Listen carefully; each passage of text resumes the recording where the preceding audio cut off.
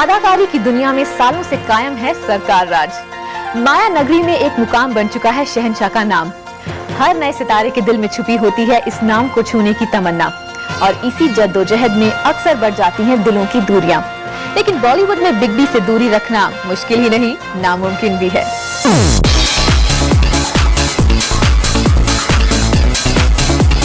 Silver screen जिसकी golden performance से चमकती है, वो नाम है बिग बी।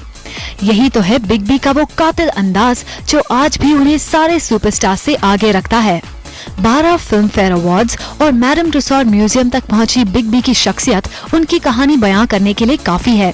उन्हें यूं ही नहीं सिल्वर स्क्रीन के शहंशाह कहा जाता है। अमिताभ की कामयाब कहानी के पीछे किसी फिल्म की तरह लंबा संघर्ष, कई सफल और नाकामियों की तस्वीर भी है। अपने शुरुआती दिनों को अमिताभ कुछ ऐसे याद करते हैं। वो यहाँ पर फिल्म फेयर माधुरी कॉन्टेस्ट होता था उस जमाने में, जहाँ पर नए लड़कों को चुना जाता था और फिर उन्हें एक अवसर दिया जाता था, तो वो प्रिलिमिनरी में ही मैं हार गया। आखिरकार 7 हिंदुस्तानी में अमिताभ अनवर अली बने और बॉलीवुड के एंग्री यंग मैन को नेशनल अवार्ड भी मिला। Doctor Kulkarni please, doctor Banerjee. इसके बाद आनंद के पेसिमिस्टिक डॉक्टर ने अमिताभ की संजीदगी को और निखारा। लेकिन जिस तरह आनंद को बचाने में एक डॉक्टर की कोशिशें नाकाम हो जाती हैं, उसी तरह आनंद के बाद अमिताभ नाकाम होते चले गए। आनंद, बुरा मत मानना आनंद, ये पुलिस स्टेशन है, तुम्हारे बाप का घर नहीं। मगर 1973 में अमिताभ ने नाकामियों की जंजीर को तोड़ा। फिल्म में इंस्पेक्टर विजय खन्ना के किरदार ने अमिताभ को इंडस्ट्री का एंग्री यंग मैन साबित कर दिया। उस दिन तुम नहीं साहब। डेयरिंग अमिताभ अपने रोल्स के साथ एक्सपेरिमेंट करने से भी कभी नहीं घबराए। ऋषिकेश मुखर्जी की नमक हराम में उन्होंने कॉमिक रोल निभाया। तुम लोग मुझे ढूंढ रहे हो और मैं तुम्हारा यहाँ इंतजार कर रहा हूँ। लेकिन 1975 में दीवार और शोले ने उन्हें रातों रात सुपरस्टार बना दिया। दीवार के लिए विजय वर्मा को film fair best actor award के लिए नॉमिनेट किया गया। नया छोकरा है। और फिर अमिताभ की जिंदगी में अवार्ड्स की कोई कमी नहीं रही। अरे तुमने जो देखा है, सोचा है, समझा है, जाना है। अमिताभ ने कस्मे, वादे और डॉन जैसी कई फिल्मों में डबल रोल्स किए। अरे दीवानो मुझे पहचानो, जरा पहचानो, मैं हूँ डॉन।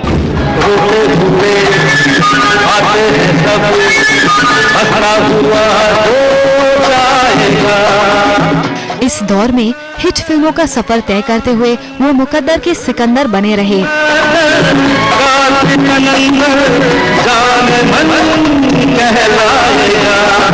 शहर की गलियों में वो गिरता है। 3 साल बाद उन्होंने शहंशाह बनकर कमबैक किया और हिट हो गए। लेकिन इसके बाद उनकी कई फिल्में लगातार फ्लॉप हुई, और जब खुदा गवाह भी फ्लॉप हो गई तो वो 5 साल के लिए बड़े पर्दे से गायब हो गए। इस बीच उन्होंने अपने प्रोडक्शन हाउस का काम संभाला, लेकिन ABCL की फिल्में बॉक्स ऑफिस पर अमिताभ का कोई सपना पूरा नहीं कर सकी।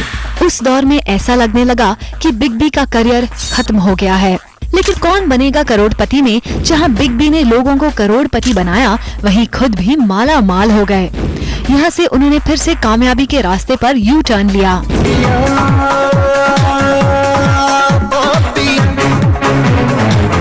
सुपरनैचुरल थ्रिलर अक्स बॉक्स ऑफिस पर हिट तो नहीं हो सकी, लेकिन बिग बी की परफॉर्मेंस को क्रिटिकल अक्लेम मिला।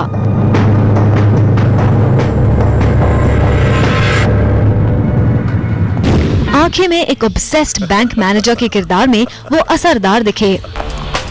इस बैंक की रगों में जो खून बह रहा है वो मेरा खून है। DCP देव प्रताप सिंह। फिल्म देव को तो उनके कैरेक्टर ने ही लीड किया, अकलमंदी नहीं है देव। लेकिन वेरियस रोल्स के मामले में अमिताभ तकदीर वाले हैं, और ये बात वो खुद भी कहते हैं। जब मैं जवान था तो लीडिंग रोल्स मेरा करते थे, और लीडिंग रोल्स के थोड़ी सी सीमित होते हैं वो लोग।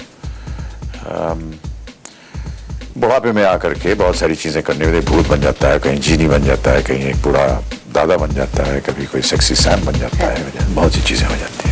बॉलीवुड के शहंशाह हजारों बार कैमरा फेस कर चुके हैं, लेकिन आज भी शूटिंग के वक्त उन्हें कैसा लगता है ये जानना भी दिलचस्प है। घबराहट होती है।